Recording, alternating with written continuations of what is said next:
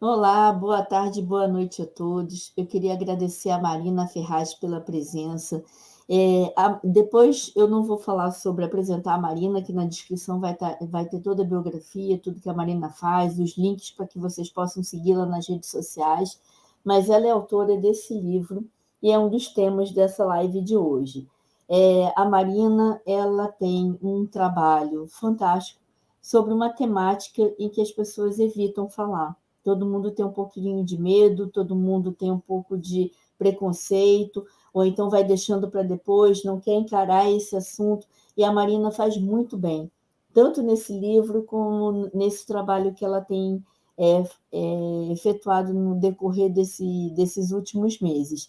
Marina, foi um imenso prazer estar com você lá em Coimbra. Muito parabéns pelo trabalho que você faz no Paris, no Café Paris, e todas as outras interações, né, poéticas, que você está sempre nessa movimentação, nesse seu trabalho, não só de poesia, mas também como tradutora, como revisora, como escritora, como poeta, como cronista. Então, parabéns. E eu queria que você falasse para a gente mais ou menos esse tema tão difícil da gente abordar. Seja muito bem-vinda. Obrigada. Antes de mais, agradeço imenso o convite para esta conversa. Acho que falar deste tipo de temas é sempre muito importante. A minha opinião é que quanto menos as pessoas gostam de falar de um tema, mais ele deve ser falado. Porque as pessoas passam na realidade da vida a fugir do desconforto, quando às vezes aceitá-lo acaba por ser até um pouco mais confortável e dar uma experiência da vida um bocadinho mais ampla e um bocadinho melhor. Um desses temas, para mim, é a questão da morte. Eu, desde menina, que encaro a morte de uma maneira muito, muito diferente da maioria das pessoas. Nunca vi a morte como aquele bicho-papão, aquela coisa a fugir de evitar. Sempre achei que era uma coisa muito natural, que era uma certeza. Sabia que estava a caminhar para lá, não sei se chego lá amanhã, se chego lá daqui a alguns anos, mas sempre a vi dessa forma e sempre achei que a associação da morte à dor não faz sentido. Porque as pessoas normalmente dizem, porque a morte está relacionada com a dor. Eu digo, não, não está. O luto está relacionado com a dor, mas o luto é uma parte da vida, não é uma parte da morte. E da mesma forma, a doença. A doença traz dor, sim, mas é uma parte da vida, não é uma parte da morte. Portanto, que nós saibamos, e dentro daquilo que é os conhecimentos humanos até hoje, a morte não é uma estrutura de dor. E encará-la de uma maneira diferente talvez possa trazer algo de bom à vida, talvez possa fazer com que a própria experiência da vida seja algo melhor para todos nós. Exatamente. Na verdade, eu acho que é mais o medo da perda, né? Ou então o medo do sofrimento. Então, é por isso que as pessoas associam a morte dentro de todo um contexto, né? E você separa muito bem isso, você separa muito bem o que é a vida, o que é a morte e como conduzi-la da melhor forma. Eu acho que o luto, realmente, o luto é o momento do sofrimento, da perda, da consciência de que há um espaço vazio. Mas tem várias culturas que celebram, né, a morte, que celebram, tudo uma questão cultural, uma questão de forma de encarar todo esse processo. E eu queria que você contasse para a gente um pouquinho essas experiências todas, o que você também aborda no seu livro, é, o que te trouxe, né? Eu sei que você tem essa visão muito peculiar e muito particular e que você começou a dividir com a gente do ano passado para cá. Então, o que te levou a misturar esse tema amor, morte, que eu acho que é um contexto. Todo mundo que ama, às vezes, eu acho que morre um pouquinho a cada dia dentro de um relacionamento ou dentro de um sentimento, porque eu acho que é também associado ao renascer, ao reconstruir, ao recomeçar. Então, conta para a gente um pouquinho desse contexto todo entre amor, morte, o que você tem abordado, né, dentro das crônicas, dentro do texto do seu livro. Bem, para começar, o meu livro é um livro de contos ficcionais, ou seja, são histórias. Dentro delas existe muito a minha perspectiva, mas este tema não está tratado como eu, por exemplo, o mencionei agora. O que deu um bocadinho asa eu falar sobre o tema, eu falar sobre a morte, foi, na realidade, um sonho que eu tive em criança. Eu, na altura, dentro do próprio sonho, acordei. Ou seja, eu sonhei que acordava e estava uma senhora sentada na minha cama, vestida de preto. E então eu fiz um acordo com ela nesse sonho, que depois acordei outra vez, não é? Porque, pronto, nesse sonho eu fiz um acordo com ela, e o meu acordo com a morte foi que eu escreveria sobre ela enquanto fosse suportável e ela me viria buscar quando já não fosse. Na altura não percebi muito bem o que é que isto queria dizer, hoje em dia faz-me todo o sentido. Então, basicamente, escrever sobre a morte é cumprir a minha parte do acordo. Eu acredito plenamente que todas as situações difíceis que eu vivi na vida, toda a gente as vive, não há um único ser humano que não tenha passado por provações. Eu acredito que tudo o que eu passei na vida é suportável, porque senão ela já tinha cumprido a parte dela. Ou seja, lá está, ancorar a experiência da vida na morte. Se eu acreditar plenamente que ela me vem buscar quando não for suportável, isso significa que todos os momentos até ela me vir buscar serão. Logo aí, qualquer momento de sofrimento não tem de ser vivido de uma forma tão profunda, não tem de ser tão fatalista, não tem de ser eu vou morrer disto. Essas pequenas mortes de que tu falas dentro de relacionamentos, ou quando perdemos um trabalho, ou quando alguma coisa não está bem, na realidade não são mortes. São acontecimentos absolutamente normais da vida pelos quais toda a gente passa, que às vezes nos abalam muito, que às vezes nos deitam muito abaixo. E aceitar isso também é bom. E aceitar isso também é importante. Aceitar que nós temos dias em que vamos acordar e vamos estar a rodopiar sobre nós próprios e a fazer como a Cinderela com os passarinhos, e vai haver dias em que nos vamos levantar de manhã com muito custo da cama porque na realidade nos estamos a sentir mal e não nos apetece. Somos humanos. Respeitar esses limites, perceber o corpo de cada dia, perceber o que é que nós estamos a precisar em cada momento é muito importante. E se nós tivermos a morte como base, e eu estou a ir sempre um bocadinho à morte, porque lá está, é a questão da vida à luz da morte, não é? Se nós olharmos para a morte, há duas coisas que podem ajudar-nos sempre a sair de uma depressão. Primeira coisa, nós vamos morrer um dia. Portanto, qualquer asneira que nós tenhamos feito, as consequências não são perpétuas. Um dia não vai haver consequências, não vamos estar cá. Segunda coisa, nós vamos morrer um dia. Logo, a vida é efêmera, convém aproveitá-la ao máximo e perder o mínimo de tempo possível nessa tristeza. Eu tenho um ritual, quando acordo assim mais triste, que eu gosto de partilhar isto com as pessoas, porque penso sempre, pode ser que isto funcione para mais alguém, que é, quando eu acordo assim um bocadinho em baixo, eu penso, eu costumo dizer que sinto os tentáculos da tristeza. Acho que toda a gente já sentiu isso, aquela coisa do parece que está a agarrar à cama, não apetece levantar. Eu costumo dizer a esses tentáculos, hoje não, amanhã. Até que há um dia em que eles não vêm. E nunca aceito, é sempre amanhã, amanhã. Provavelmente no dia em que eu deixar que eles me agarrem é o dia em que lá a senhora de negro cumpre a parte dela e me vem buscar. E o meu livro não fala disto, não conta esta história, fala de histórias idealizadas ou de histórias reais ficcionadas, também tem algumas, trazendo as formas como a própria vida e o próprio amor podem estar tão ligados à morte. E há aqueles que perdemos, e há aqueles que nos perdem. Mas é exatamente isso. Quando eu falo a morte no sentido do amor ou de outras situações do nosso cotidiano, é porque eu vejo a morte como um adormecer, um acordar. É a sensação de quando você vai dormir, né? Aquela sensação de que você apaga. Para mim, a morte é isso, você apaga. Só que depois, em um momento, pelo que eu acredito, você vai acordar em algum lugar. Então, todas as coisas que têm começo, meio e fim, né? Até mesmo que o relacionamento ele seja longo durante muitos anos, o ser humano ele muda a cada dia.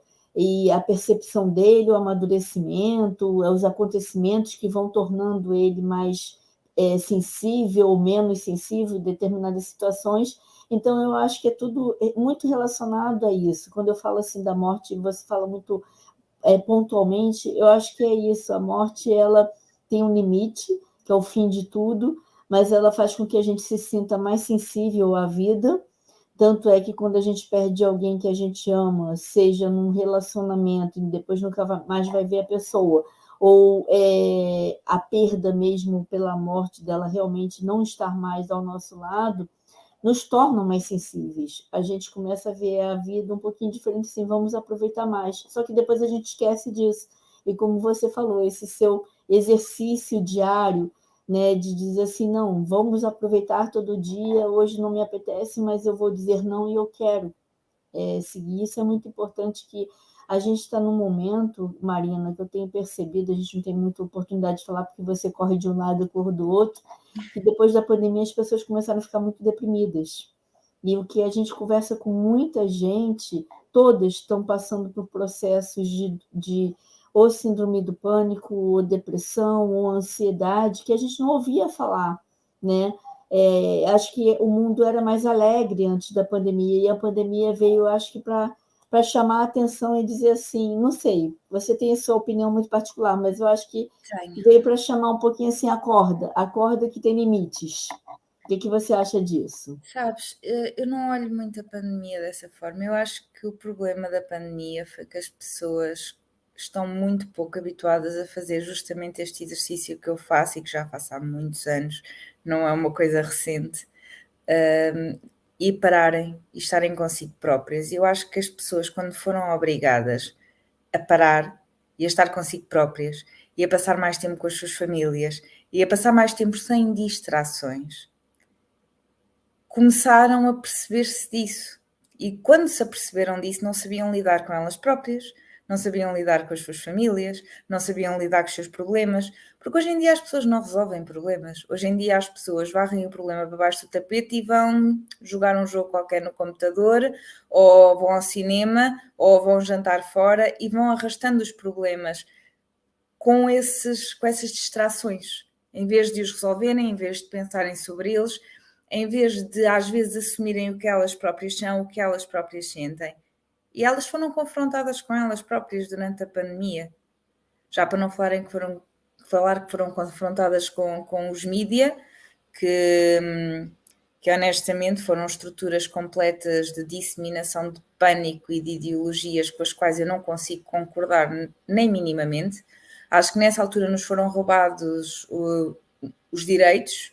Hoje em dia, para tentar evitar que nós nos apercebamos disso e ponhamos em cima do governo um processo, aquilo que está a acontecer é que estão a tentar mudar a Constituição. Portanto, estão sempre a tentar meter band-aids e os pensozinhos rápidos em cima do problema, em vez de os resolver, que é o que as pessoas também estavam a fazer, e foi o que originou todos esses problemas de stress, todos esses problemas de ansiedade, que na realidade já estavam lá. Uma coisa estar latente não significa que não esteja. As pessoas não percebem que a felicidade é uma escolha. Se elas não percebem que a felicidade é uma escolha, o que é que acontece? A infelicidade delas é sempre culpa dos outros. Elas ali não tinham os outros para culpar. Elas só se tinham em elas próprias. Elas estavam a confrontar-se consigo mesmas. E estavam a perceber que o grande problema delas são elas. E eu acho que isto aqui foi... Não estou a dizer que seja o caso de toda a gente, obviamente. Há pessoas que houve outras situações, perderam pessoas próximas, entraram num ciclo económico extremamente complexo, mais uma vez, porque nos meteram em circunstâncias completamente incomportáveis, não é? Mas para muitas pessoas eu acho que foi realmente o confronto com o eu, e a ausência de liberdade, que foi... Nós não estamos habituados a isto, ou por outras estamos habituados a uma ausência de liberdade mais subtil. Nós estamos habituados a que ela nos seja esparramada à frente e direta. Exatamente. E você quer falar um pouquinho mais assim sobre o que você escreve, né? Você é poeta. Eu te conheci fazendo performances poéticas e fazendo esses chamamentos às pessoas: subam no palco, venham, participem, leiam seus poemas, façam suas representações. E, de repente, eu vejo você como de uma maneira ou de outra, uma cronista, uma romancista, que esse seu livro está maravilhoso, parabéns. Eu não consegui, não tive tempo ainda, estou na metade dele, mas eu vejo a sua forma de escrita assim tão narrativa, tão decorrente, tão fácil, tão fluida. Como é que você trabalha, né? Como é que você trabalhou nessa correria toda, esse livro, como é que ele foi construído? Conta para a gente um pouquinho sobre tudo isso. Olha, eu não tenho dúvidas nenhumas em afirmar que o conto mais antigo deste livro tem no mínimo 10 anos.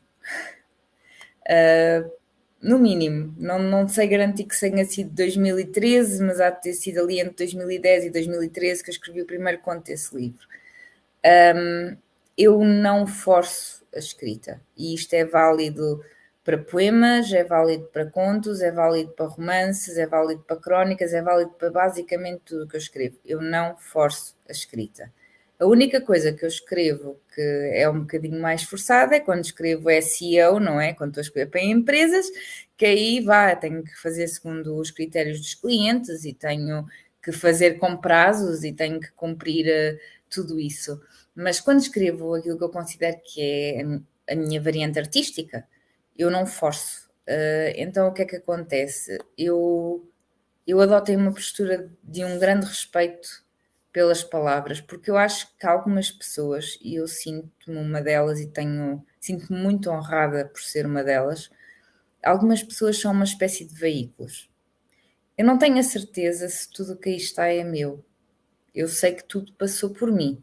Eu sei que saiu da minha cabeça, que passou pela minha mão, para o meu teclado, para a folha. Isto eu sei. É texto meu. Agora, se as palavras são minhas, eu não tenho a certeza. Porque eu não mudo textos. Pode haver aquelas edições com as gralhas, mas eu não mudo textos. Eu não volto a um texto e estou a trabalhar intensivamente o texto. Não. O que sai, fica. Isto é válido, mais uma vez, para todas as coisas que eu escrevo. Um bocadinho, talvez, menos para os romances, que às vezes volto atrás e acrescento uma coisa ou outra, mas para a maior parte dos textos que eu escrevo são muito intuitivos, são muito imediatos, às vezes a ponto de eu nem me lembrar bem no dia a seguir do que escrevi, ter de voltar ao texto só para o ler, para dizer, ok, eu sei que eu escrevi qualquer coisa, o que é que eu escrevi? Isto acontece-me muitas vezes. E com as histórias deste livro foi muito isso. Eu lembro-me, por exemplo, de um dos cenários mais engraçados dentro dos contos desse livro. Foi uma vez que eu fui deitar-me mesmo derriada. Tu sabes que eu tenho uma vida sempre a correr, ainda agora disseste, não é? Eu tenho uma vida sempre a correr. Foi um daqueles dias em que estava a trabalhar já para aí há 12 horas. Fui-me deitar, estava super cansada, já só queria dormir e deitei-me. E assim que a minha cabeça encostou na almofada, eu tive a ideia para escrever O Filho do Super-Herói. E quando eu tive a ideia, porque é um conto sobre um pai que descobre que tem cancro e em vez de dizer ao filho que tem cancro e que está a morrer e que provavelmente vai morrer, o que acaba por acontecer, conta ao filho que entrou para uma academia de super-heróis, que se vai transformar num super-herói e que se vai embora. Para salvar o mundo, não é? E eu quando tive esta ideia, pensei, não, isto aqui é uma ideia fixe demais para eu ir dormir. Então, agarrei no caderno, eu tenho sempre um caderno, aliás, eu onde quer que esteja, há sempre um. Pronto, eu peguei no meu caderno, escrevi à mão O Filho do Super-Herói. A versão que está no livro é exatamente a que está nesse caderno, sem tirar nada, sem acrescentar nada, é exatamente aquilo que eu escrevi. E isto é um dos contos, mas cada um deles foi um bocadinho isso, foi ou darem-me uma ideia que era muito boa, por exemplo, o texto do Lucky, viraram-se para mim e disseram, olha, podias fazer um conto da morte, que eu na altura já tinha mencionado, que estava a escrever contos sobre a morte, podias fazer um que não fosse uma pessoa, que fosse um cão. E eu, ok, peguei e saiu o Lucky, de ponta a ponta. Portanto, cada um deles nasceu assim muito seguido, muito naturalmente. Raros foram os contos que escrevi em 2 dias, a maior parte deles foram escritos num. Também são contos pequenos, o livro tem 28 contos e não é um livro particularmente grande, portanto são contos pequeninos. E se calhar até é o que eu gosto mais de fazer assim, a narrativa breve.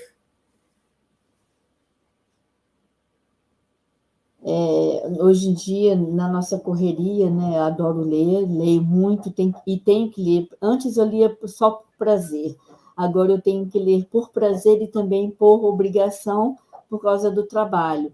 Mas quando a gente pega um livro em que a gente pode ter um começo, meio e fim, em alguns minutos, e que aquilo te preenche, te para e te faz questionar e pensar e emocionar também, então é muito interessante essa construção de como você fez o livro, porque ele realmente é isso, são várias pílulazinhas com começo, meio e fim, e que preenchem e fazem a gente parar um pouquinho nessa loucura, nessa nossa correria, mergulha naquilo e muito assertivamente você fala de coisas que são importantes, fala de coisas que emocionam, fala de coisas que despertam. Então, parabéns pelo trabalho. E eu queria que você falasse um pouquinho mais, assim, sobre esse conceito, né? A gente está falando aqui a temática, a gente colocou sobre a morte, sobre o amor, sobre a luz, que é a vida, é a luz da morte, e que a pessoa realmente tem que aproveitar, tem que viver. Nós fizemos até um encontro com a Ângela Rodrigues. Eu acho que, quando eu falo na Ângela Rodrigues, eu me lembro muito do tio dela, o Nelson Rodrigues, um grande escritor e dramaturgo brasileiro, e ele era muito intenso na escrita dele, e às vezes, quando você escreve ou lê alguma coisa sua, eu me lembro muito da forma intensa que ele escrevia. E a gente estava conversando sobre isso, porque ela teve uma doença muito séria e trabalhou a cura, ela não se entregou à morte, ela não aceitou a morte, e até a sinopse do livro, a contracapa, é a neta perguntando, né, vovó, você não ia morrer? Ela, não, eu resolvi ficar aqui mais um pouquinho, eu achei aquilo o máximo.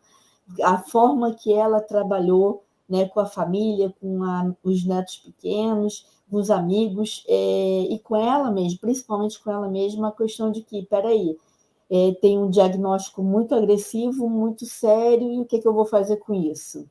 E ela optou por lutar e estar bem, e essa live que a gente está aqui no nosso canal também foi fantástica, esse encontro com a live, não, eu falo live, mas esse vídeo, né? Então, quando você fala dessa temática, né, que a morte nos torna mais sensíveis à vida, que é para a gente aproveitar, porque a morte ela dá mais luz à nossa existência. Então, eu queria que você explanasse um pouquinho mais sobre isso também, que é muito importante, porque eu te conheço, eu sei o que você pensa, e a gente já teve a oportunidade de trocar algumas ideias, e é muito intenso tudo isso que você tem para nos contar, né? Sim, sabes, eu vejo a morte. Eu costumo dizer que eu cheguei a um ponto de plenitude no dia em que cheguei a um momento em que, se eu morresse ali, não fazia mal, mas não fazia questão. Ou seja, eu, por ideologia, gostaria de continuar viva, não é? Estava-me a saber bem a vida, mas pensei, se eu morresse agora, estava tudo bem. Estava tudo bem, não havia problema, eu ia em paz, eu estava bem. E dessa maneira eu também acho que a morte, de alguma forma, nos pode tornar pessoas melhores. Não só viver melhor para nós, sentir-nos melhor com a vida, mas viver melhor para o mundo. Porque quem é que nós somos? O que é que nós vamos deixar? Qual é que é o nosso legado? Aquilo que fizemos, vamos tranquilos. É como quando nos deitamos à noite, estamos de cabeça tranquila na almofada, e eu quero essa sensação quando for para o caixão. Então, as causas sociais, por exemplo, que são muito trabalhadas no meu livro, as questões que eu chamo a atenção para, as filosofias que eu explano, é isto, sou eu a tentar deixar um legado bom, algo que possa tornar o caminho de alguém um bocadinho melhor. Para mim, este livro tornou-se a decisão certa, não no dia em que recebi a proposta para publicar, ou quando ganhei, ou quando me foi atribuído o fundo para o fazer, que eu fui financiada parcialmente pela Sociedade Portuguesa de Autores, pelo Fundo Cultural. Esse apoio foi também muito importante, mas não foi... Quando o Carlos Reis me disse que escrevia o prefácio do livro, tudo isso foram validações para o livro. Mas o dia em que eu soube que tinha feito a escolha certa foi quando alguém que leu o livro me disse: Marina, este livro fez-me olhar para as coisas de maneira diferente e eu deixei de sentir necessidade de estar a tomar os meus antidepressivos, porque eu senti-me bem, senti-me em paz. Isto é mudança efetiva em alguém. Ou quando me vêm dizer, que já me vieram dizer por causa de um conto que eu tenho aí, que é o toque da campainha, já me vieram dizer, pois nós às vezes julgamos tão depressa aos outros, não é? Se calhar vou ter mais cuidado quando fizer julgamentos fáceis sobre os outros. Para dar assim um pequeno contexto, nesse conto é uma família que está à espera de uma pizza. E eles estão a reclamar imenso de que o mundo está mal, é porque as pessoas não querem trabalhar e aquele atraso todo não é justificável e é por isso que o mundo está como está. E de repente foi o entregador de pizza que teve um acidente e morreu. Ou seja, vamos não julgar tão depressa aos outros, vamos não ser pessoas tão cruéis umas para as outras, vamos, lá está, parar de dispersar de nós mesmos e descarregar as frustrações em todos os outros. Muita desta filosofia de vida que eu tenho vem do tempo em que eu trabalhei. Eu trabalhei como promotora em perfumaria durante cerca de 2 anos e trabalhei, portanto, no atendimento ao público. Eu costumo dizer que toda a gente devia trabalhar no atendimento ao público pelo menos durante meio ano antes de fazer o que quer que seja. Não quero saber se formaram em medicina, não quero saber se formaram em advocacia, não me interessa, deviam todos trabalhar no atendimento ao público durante meio ano, porque isso mostra-nos bem como é que uma pessoa se sente quando os outros vêm pura e simplesmente descarregar frustrações em nós. E não é justo. Por isso nós não queremos ser aquela pessoa quando a seguir somos nós o cliente. E isto é um bocadinho a perspectiva que eu também tento passar no livro, em várias situações, porque lá está, aprender a criar um mundo melhor. Parar de ser a pessoa que rebenta uma guerra, porque estes são os bons, estes são os maus. Se calhar há pessoas boas e pessoas más dos dois lados e a guerra é idiota por si própria e devíamos era estar a promover a paz em vez de tomar posições. Se calhar devíamos estar a olhar para o facto de termos as ruas cheias de sem-abrigo, em vez de estarmos a reclamar porque agora o Estado quer pôr as casas devolutas a uso, mas também, pronto, lá está para arrendar. Eles podiam pegar nas devolutas que eles próprios têm para abrir para os sem-abrigo. Não estão a fazer, mas pronto, pequenos passos. Eu gosto de acreditar que o mundo está aí para um sítio melhor, porque se eu não acreditar nisso também tudo o que se faz é por nada, não é? Pelo menos fazer parte da diferença que se quer ver no mundo. Eu acho que é isso, passar a ideia de que as minorias precisam de espaço, de que nem sequer deviam ser chamadas de minorias e ser-lhes postos nomes e como se as estivessem a rotular e a meter em caixinhas, porque as caixinhas dividem mais do que ajudam. Tentar criar um mundo onde somos todos humanos, estamos todos a tentar fazer o melhor possível por nós e pelos outros. Eu acho que não era assim tão difícil se estivéssemos todos a trabalhar nesse sentido e nessa direção. Para mim, foi a perspectiva da morte que me trouxe a todas estas filosofias que eu tentei pôr no meu livro, através de vários contos, mas eu acho que há várias formas de chegar lá e na realidade não importa muito. Aquilo que importa é cada pessoa fazer o trabalho que sente que tem que fazer e sentir-se bem e dar algo de bom ao mundo, deixar um legado bom. Um dia ter alguém que aponta a nossa fotografia e em vez de dizer, olha, porque era um excelente profissional e ganhou muito dinheiro e te deixou ficar aquela casa tipo senhorial ali no topo do monte, dizer, olha, era mesmo boa pessoa. Houve pessoas que esta pessoa ajudou mesmo. Isso é o legado que eu quero deixar. O legado que as outras pessoas querem deixar eu não sei, mas no meu livro é isso que eu tento mostrar, que se pode ser esta pessoa, que se pode ser, como eu digo num dos contos lá, agora estava-me a tentar lembrar do nome e não me lembro, mas Vestido a Preceito. No Vestido a Preceito, aquele homem para mim é a representação disto. E eu gostaria que isto fosse um bocadinho mais o mundo, então. Esse livro é um grito de esperança. Eu acho muito interessante vendo você, porque você é uma pessoa ainda muito nova, não tem filhos, e eu acho que esses questionamentos são muito maduros, né? Essa sua caminhada sempre foi muito madura, desde como você fala, desde criança você teve um choque de realidade para que tivesse uma construção filosófica do seu jeito de estar e de se conduzir no mundo nessa sua trajetória. E nem sempre a gente tem esse choque de realidade, ou essas percepções, ou essa sensibilidade para esse tipo de situação. Mas quando a gente se torna mãe, a gente também tem essas perspectivas. Então, aí quando a gente se depara mesmo com isso tudo, assim, você vê um novo ser caminhando e diz assim, eu quero o melhor para ele, quero que ele aproveite intensamente cada minuto e você vai acompanhando aquela evolução e vê que o quanto é intensa a vida, o quanto é importante essa construção diária. A gente tem tanto trabalho, é tanta emoção misturada que você não pensa no depois, você pensa naquele momento. Só que depois o tempo passa e a gente vai se distanciando dessa sensação. E você não é mãe, você já tem isso muito dentro de você, é muito enraizado, né? Eu não sou mãe, mas tive um papel muito direto na construção do ser maravilhoso, dos seres maravilhosos que são os meus sobrinhos. E pronto, se calhar com uma ação muito mais direta e muito mais materna com a primeira, mas que a propósito tem neste momento 22 anos e é uma mulher que me faz dizer eu gosto do legado que eu estou a deixar no mundo, mas qualquer um dos meus sobrinhos, eu tenho 4, qualquer um dos meus sobrinhos me faz sentir isso que tu estás a dizer.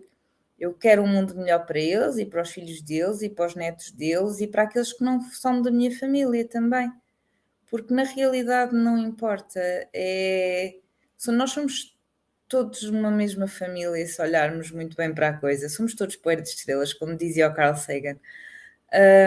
Estamos todos numa mesma energia, estamos todos no mesmo cosmos, estamos todos a partilhar, ainda por cima, este cantinho tão pequenino que é o nosso planeta. E se calhar termos mais respeito uns pelos outros, pela natureza, pelo planeta em si, pelo cosmos como um todo. Eu acho que quando nós pomos coisas boas no mundo, recolhemos coisas boas no mundo. A maior parte das pessoas tenta plantar ódio e colher amor. Não é assim que funciona. Não é assim que funciona. Plantas o amor e vai haver estações más em que ele não cresce e em que gela e se calhar às vezes não vai funcionar e voltas a plantar amor e esperas que chova e vais regando todos os dias e vais pondo adubozinho porque tem de ser e um dia lá vem um rebentezinho que pode sobreviver ou não e tu continuas a tentar. Porque quando tu paras de tentar é quando efetivamente te rendes à dor. Não é quando te rendes à morte, é quando te rendes à dor, é quando aceitas, eu vou viver super revoltado porque o que eu estou a fazer não funciona. Funciona, leva tempo, às vezes não funciona à primeira. Como dizia o Edison, ele descobriu 1000 maneiras como não se fazia uma lâmpada, não é? Antes de descobrir a maneira como se fazia uma. Pronto, se calhar temos de tentar 1000 maneiras até conseguirmos. Mas vale a pena tentar, porque um dia vamos conseguir. E se não conseguirmos, demos o exemplo a alguém que vai continuar a tentar e talvez essa pessoa consiga. Eu no outro dia numa live com uma das vossas autoras, a Yara Lemos, disse-lhe, eu acredito profundamente que nós não vamos ver a mudança no mundo, mas acho que vamos fazer parte da mudança do mundo. E isso é importante. Acho que todos nós fazemos parte dessa mudança, né? Tanto para o lado positivo quanto para o lado negativo, porque o mundo precisa de um equilíbrio. Então, só falta o ser humano ser um pouquinho menos egoísta. Eu acho que quando você fala nisso tudo, a única coisa que me vem é eu estar lutando para o melhor do meu bem-estar e de quem está à minha volta e um pouco além. Você também faz a mesma coisa. E a Yara faz a mesma coisa, e outro faz a mesma coisa. Só que, de repente, em alguns momentos, quando a gente está fazendo essa nossa caminhada, tem sempre aquele outro lado que se contrapõe, né? Ou que critica, ou que não participa, ou que... Enfim, só que a gente tem que resistir tem que ir, porque tudo na vida é uma caminhada. Eu acho que às vezes a humanidade está andando para trás em determinadas situações, mesmo, que eu acho que determinados assuntos não eram mais para serem tratados, deveria ter uma outra consciência, uma outra forma de tratar outros assuntos que precisam ser resolvidos do que repisar aqueles que já deveriam ter sido mais do que cessados, né? Então, eu acho que é uma filosofia muito pessoal, muito particular de querer mudar o mundo. Muita gente está querendo ser esse ser transformador, dar esse passo na transformação para que a gente possa ser um pouco mais de luz, ter mais luz e continuar nesse caminho da luz. Mas é muito difícil, porque às vezes o lado sombrio, o lado das trevas também é forte, então a gente tem que lutar e dar as mãos. Eu acho que a arte, a poesia, a literatura são os fios condutores. De qualquer forma, são os fios condutores para que tornem a pessoa um pouco mais sensível. Quando a gente pega um livro desses e lê, ou um livro desses aqui e lê, ou quando ouve um poeta ou ouve uma pessoa se expressando na forma mais simples, que é uma criança, né? Quando a criança se expressa, você vê a verdade, você vê a esperança, você vê um novo recomeço, e às vezes a gente até está mal, tá meio desesperançado, assim, não, peraí, aquela criancinha ali, ela está com tanta energia, ela está tão contente com uma coisa tão simples, por que não eu tornar minha vida mais simples também nessa minha caminhada? E eu acho que é isso que você tenta fazer, dentro desse... Você é uma pessoa extremamente forte em relação a muitas coisas. Eu vejo os seus posicionamentos são muito contundentes, mas também tem uma leveza, tem uma forma de se conduzir que eu admiro muito, e parabéns, Marina, por ser todo esse trabalho que você tem feito também, e está tudo aí atrás, as poesias, todo o trabalho que a Marina faz também, para levar ao mundo um pouquinho de luz, e para todas essas pessoas que ela convive, porque ela não está falando aqui, mas a Marina tem uma sensibilidade, ela convive com pessoas que são seres extremamente de luz, que às vezes estão até um pouco debilitados em seus próprios corpos, mas a Marina é aquela que está ali do lado, está empurrando, está ajudando, está aprendendo com eles, porque ela dá muito amor e recebe muito amor, e a gente sabe o trabalho que você tem muito para nos ensinar, mesmo muito. E sabes que tu estás a falar sobre todos querermos ser a diferença no mundo. O problema é que há muita gente que quer ser a diferença do mundo, que está a começar pelo mundo. E não se começa pelo mundo, porque é impossível. Tu só consegues dar o que tu tens. Tu não vais dar amor se não tiveres amor. Tu não vais dar paz se não tiveres paz. Tu não vais dar tranquilidade se não estiveres tranquila. Portanto, aquilo que tu tens de trabalhar primeiro é em ti, não é? E lá está, muitas vezes há aquela coisa do eu tenho esta ideia que isto aqui é correto, logo eu vou-te dizer que tu tens de fazer isto. Não, eu se acho isto correto vou aplicar na minha vida e tu vais-me ver fazer isto. E por exemplo, tu próprio chegas lá, eu não tenho que te dizer o que é que tu tens de fazer. Ser e deixar ser é totalmente o meu lema de vida. Totalmente o meu lema de vida. Eu, quando quero alguma mudança em alguma coisa, o primeiro sítio onde eu tento aplicá-la é em mim própria. Porque acho que quando eu estou a tentar fazer isso ao outro, estou a chatear o outro e não estou a mudar nada. Não há resultado nenhum que venha daí.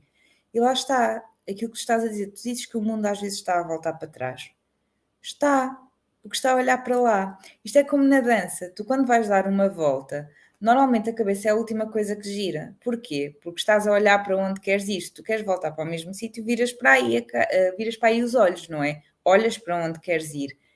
Se nós queremos ir em frente, era muito bom que parássemos de estar a mandar tacadas de acusação aos outros. Uma questão, por exemplo, que me é muito cara. Eu sou profundamente anticolonialista. Eu sou portuguesa, eu acho que a nossa história, da maneira como ela é ensinada em Portugal, é uma vergonha. Porque falarmos de nós como um povo heroico, quando na verdade aquilo que estamos a falar é de colonização de povos e basicamente genocídios, Eu acho que eu não tenho orgulho nenhum na maneira como se conta a nossa história, não tenho orgulho nenhum no que nós fizemos, mas eu não sou essas pessoas. Eu sou neta das netas das netas dessas pessoas, não concordo com o que elas fizeram, acho que deve haver uma mudança na maneira como isto é ensinado. Logo, quando às vezes ouço porque vocês e me estão a incluir, ok, não, eu já faço parte do grupo que está a tentar fazer alguma coisa diferente. Portanto, em vez de estarmos constantemente com acusações baseadas no passado e a olhar para lá, que é o que nos leva lá, vamos olhar em frente para onde queremos ir. Porque nós não podemos resolver os crimes do passado. Nós podemos é fazer melhor. Aprender com eles e fazer melhor. Não é negá-los. Não é dizer isto não aconteceu. É fazer como eu estou a dizer agora. Isto aconteceu. A maneira como se conta a história é uma vergonha. Devia inclusivamente estudar-se que isto aqui foi considerado desta forma até agora, mas explicar porque é que há uma mudança de perspectiva e contar a mesma história um bocadinho mais, de uma maneira um bocadinho mais neutra, porque a história como é ensinada mundialmente, a última coisa que ela é neutra. É toda a gente a puxar a brasa à sua sardinha, não é? Eu gostava muito de saber como é que os espanhóis estudam as invasões.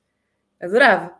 Porque não é certamente como os portugueses foram grandes heróis e expulsaram-nos do território. De certeza absoluta que não foi isto que eles disseram. Portanto, parar de olhar, pelo menos olhar para o passado como aprendizagem e não como arma de arremesso, olhar para o futuro onde se quer ir como direção. E quando as pessoas começarem a fazer mais isto e pararem de estar sempre a acusar os outros, lá está, é quando as coisas começam a melhorar. Exatamente, concordo com você. Acho que mas a gente tem um olhar muito crítico em relação a muitas coisas. Eu, no meu caso, que convivo com muitas e muitas e muitas pessoas, né? Dentro dessa caixinha e fora dessa caixinha. E vejo o quanto, às vezes, é difícil você dar um posicionamento de um passo para frente, trazendo essa palavra, essa tua luz, essa tua força, que a gente tenta, né, andar sempre para frente, não olhar para trás, e de repente a gente se depara com uma pessoa e fala assim, eu sou feminista porque eu não pinto as unhas, ou eu sou isso porque eu faço aquilo, ou eu sou... Então, são rótulos, são formas de estar que, para mim, é andar para trás. Não precisava mais estar falando sobre isso. Né? Hoje em dia, não cabe determinados conceitos, determinadas palavras. A gente tem que realmente andar para frente. Mas eu vejo que muitas coisas estão andando para trás justamente por esses tipos de situações que a gente ouve, que a gente vê, que a gente convive, que a gente lê. E por mais que numa conversa como essa, que é muito oportuna, e outras e outras e outras, que eu tento sempre trazer mulheres que tenham essa consciência, que tenham essa forma de estar para um mundo melhor, para um caminho melhor, tanto dentro do Mulherio das Letras de Portugal, do Conexões Atlânticas, ou do trabalho que a Infinita faz, ou meu pessoal mesmo, eu, Adriana, como ser humano, como mulher, como ser pensante, sempre também estou tentando trazer um pouco de luz, olhar para frente e combatendo meus próprios medos, minhas imperfeições, os meus erros, com pensamentos sempre tentando ser mais otimista, mais esperançosa e fazendo que isso também, essa energia se expanda quem estiver à nossa volta. Mas quando a gente está ali naquela alegria, né? Estou realmente dando um passo para frente, estou contribuindo, e você ouve determinadas situações,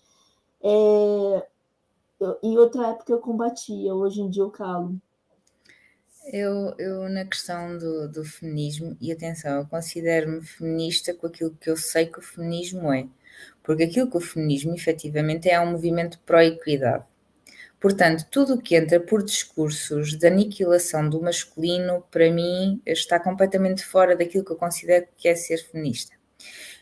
Eu acredito, não acredito que nós somos iguais, acredito porque biologicamente isso seria só estúpido, eu acredito que devia haver uma equidade, uma igualdade de direitos e uma igualdade de acesso às coisas e também não sou propriamente a pessoa que acha que isto deve funcionar à base de cotas.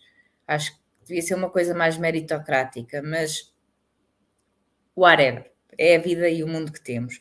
Mas sim, quando já me vieram muitas vezes com essa teoria, porque feminista não casa e feminista não se maquilha e feminista não faz isto. Uma feminista faz o que raio ela quiser, porque ser mulher é isso. Há tantos tipos de mulheres quanto mulheres, para começar. Há imensas formas de se ser mulher. Estarmos a criar um estereótipo daquilo que uma feminista quer ser é exatamente o que fizeram com a mulher quando criaram um estereótipo do que uma mulher deve ser. Se uma mulher quiser casar e ficar em casa a tomar conta dos filhos, porque é que isso não há de ser também um ato feminista para ela? Se for uma escolha, se não fizer isso porque o marido quer, se não fizer isso porque a sociedade manda, se fizer isso porque ela quer, porque é que isso não há de ser um gesto feminista também? Percebes? É o que eu te digo, as pessoas continuam a querer meter as coisas em caixas. E é isto que está a perpetuar os problemas.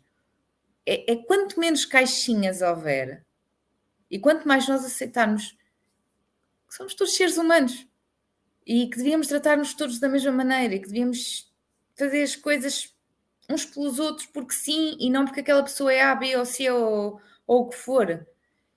Para mim, eu quero lá saber se uma pessoa é homem, mulher, transgênero ou não binário, o que quiser ser, desde que seja boa pessoa, para mim está tudo tranquilo. Desde que me trate bem e me respeite, vai ter todo o meu respeito e eu vou tratá-la bem. Para que é que vamos estar a meter as coisas? O que é que interessa? Perfeito, é exatamente isso. E para a gente finalizar, qual é o recado que você deixa? Qual é a frase, ou pensamento, ou poema? O que você gostaria de deixar registrado nesse momento? Olha, aquilo que eu gostava é que as pessoas que tiverem a oportunidade de o fazer se sentem um bocadinho com elas próprias e pensem na pessoa que querem ser. Eu acho que a pessoa que nós queremos ser é muito mais importante que a pessoa que nós somos. Quando nós sabemos exatamente a pessoa que queremos ser, estamos lá está, a olhar para onde queremos ir. E vamos. Portanto, eu não sou ninguém para dizer o que é certo e o que é errado para cada um. Cada pessoa tem de construir isso sozinha. Obviamente, se sentirem que os meus contos podem de alguma forma ajudar, eu ficarei super feliz com isso. Por favor, deem-me feedback, porque faz mesmo feliz, é a intenção primordial do livro. Mas se não for através do livro, através de meditação, através de algum tipo de construção própria que queiram fazer, cada pessoa terá os seus veículos, cada pessoa terá a sua maneira.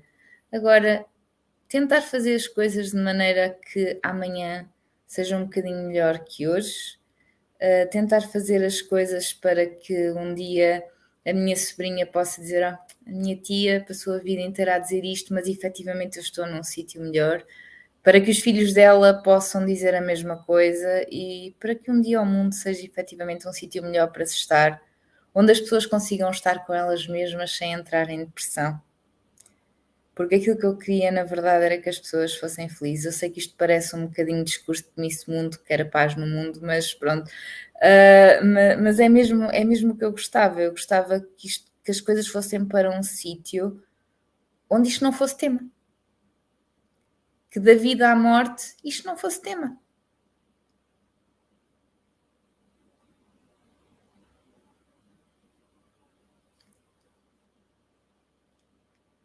Muito obrigada por esse momento e vamos caminhando juntas. Vamos sim. Um E beijo, obrigada querida. mais uma vez pelo convite. E obrigada a todos que estão nos acompanhando também.